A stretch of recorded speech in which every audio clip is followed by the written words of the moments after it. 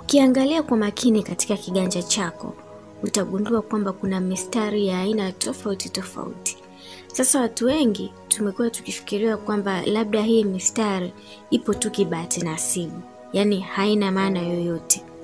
Lakini leo nataka nikwambie kwamba mistari hiyo imebeba siri kubwa sana kuhusiana na maisha yako. Kila mstari unaoona katika kiganja chako huwa una maana yake. Ipo mistari mingi, lakini kwa leo nitakwenda kukufafanulia mistari mikuu mitatu tu katika viganja vyetu, ambapo kuna mstari wa moyo, mstari wa kichwa na mstari wa maisha.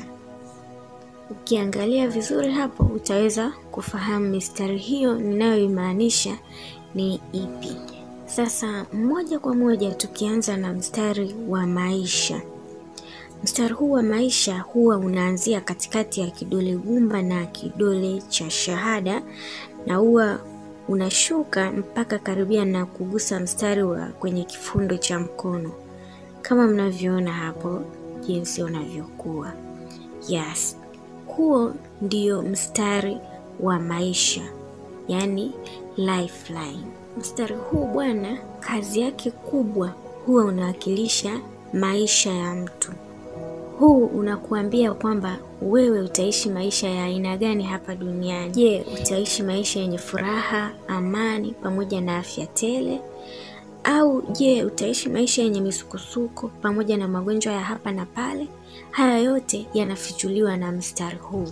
Sasa huu mstari unaweza ukawa mrefu au mfupi.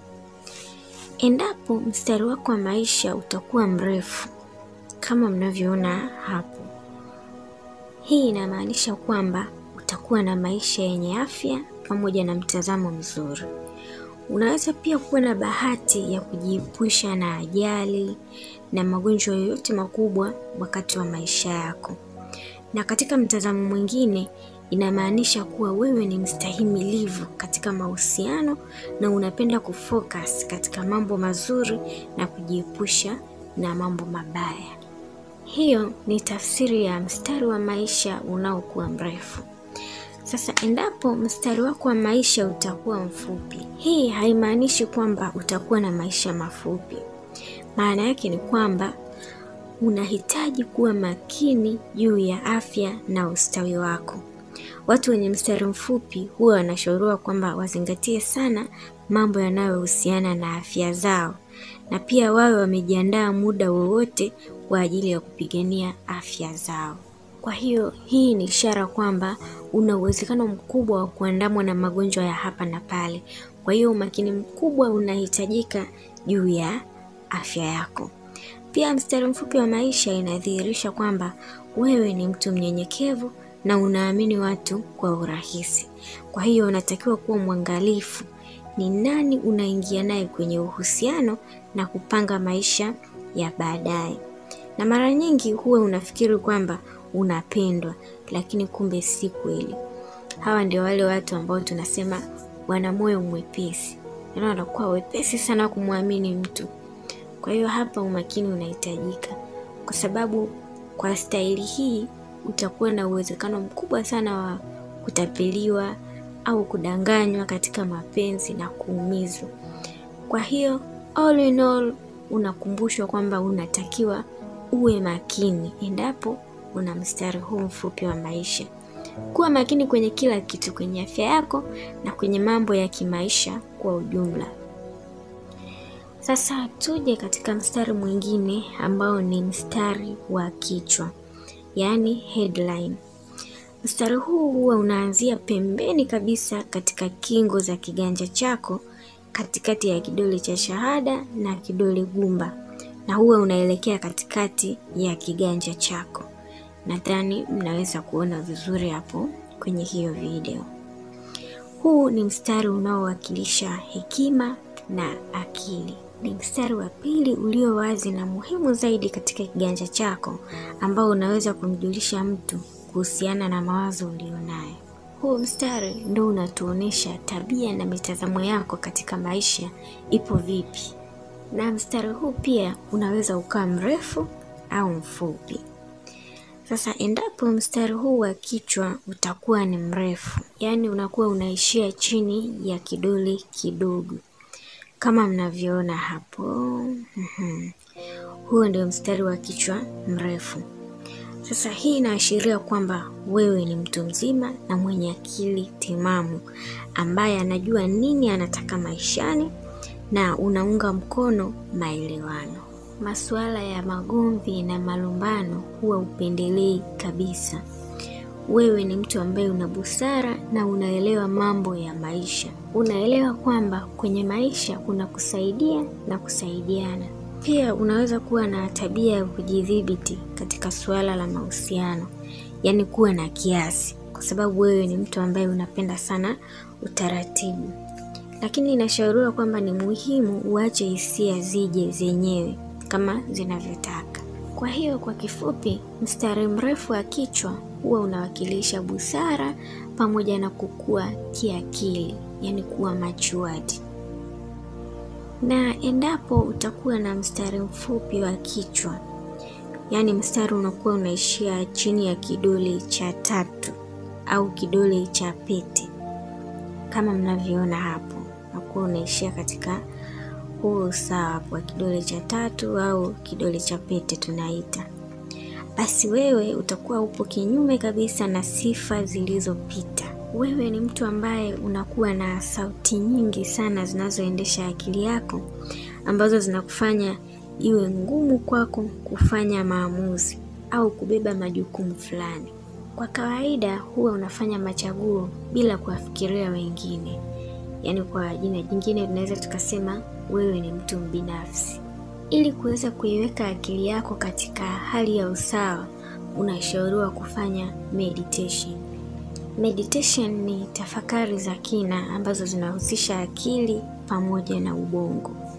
Na wewe ni mtu ambaye ukiwa katika hali ya kawaida unaweza kutothamini vitu vinavyopendeza au vitu vya muhimu ambavyo vinahusiana na wewe, kwa sababu wewe unakosa utulivu wa akili. Kwa hiyo ndio maana tafakari ni muhimu, kwa sababu inaweza kukusaidia kukupa utulivu na kuelewa thamani ya wapendwa wako katika maisha. Sasa tunaingia katika tafsiri ya mstari wa tatu, yaani mstari wa moyo, heartline. Huu ni mstari mkuu wa kwanza kwenye kiganja chako, na huwa unaanzia kwenye ukingo wa kiganja chini ya kidole kidogo na kuishia chini ya kidole cha kati au kidole cha shahada. Ili uweze kuelewa zaidi, angalia video hii, inakuelezea vizuri kabisa hapo mstari wa moyo ni upi. Huu ni mstari wa upendo au mstari wa moyo kama unavyojieleza. Mstari huu huwa unadhihirisha mtazamo wako juu ya upendo au mapenzi. Pia mstari huu unaweza kutabiri aina ya mapenzi au mahusiano ambayo unaweza kuwa nayo au ulionayo kwa sasa. Kwa ufupi, mstari huu huwa unafichua mustakabali wa mahusiano yako. Kwa hiyo huu ni mstari unaohusiana na malavidavi.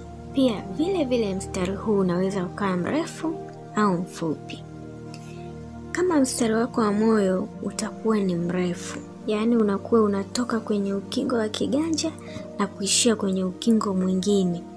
Sasa hii inamaanisha kwamba wewe ukiingia kwenye mahusiano huwa unaingia mazima, yaani hutoki.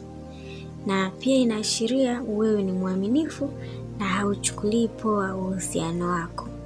Hawa ndio wale watu ambao wanapenda kweli kweli. Ndio wale ambao wanasema nikizikwa nizikwe na picha yako. Huwa hawana longolongo kabisa kwenye suala linalohusiana na mahusiano.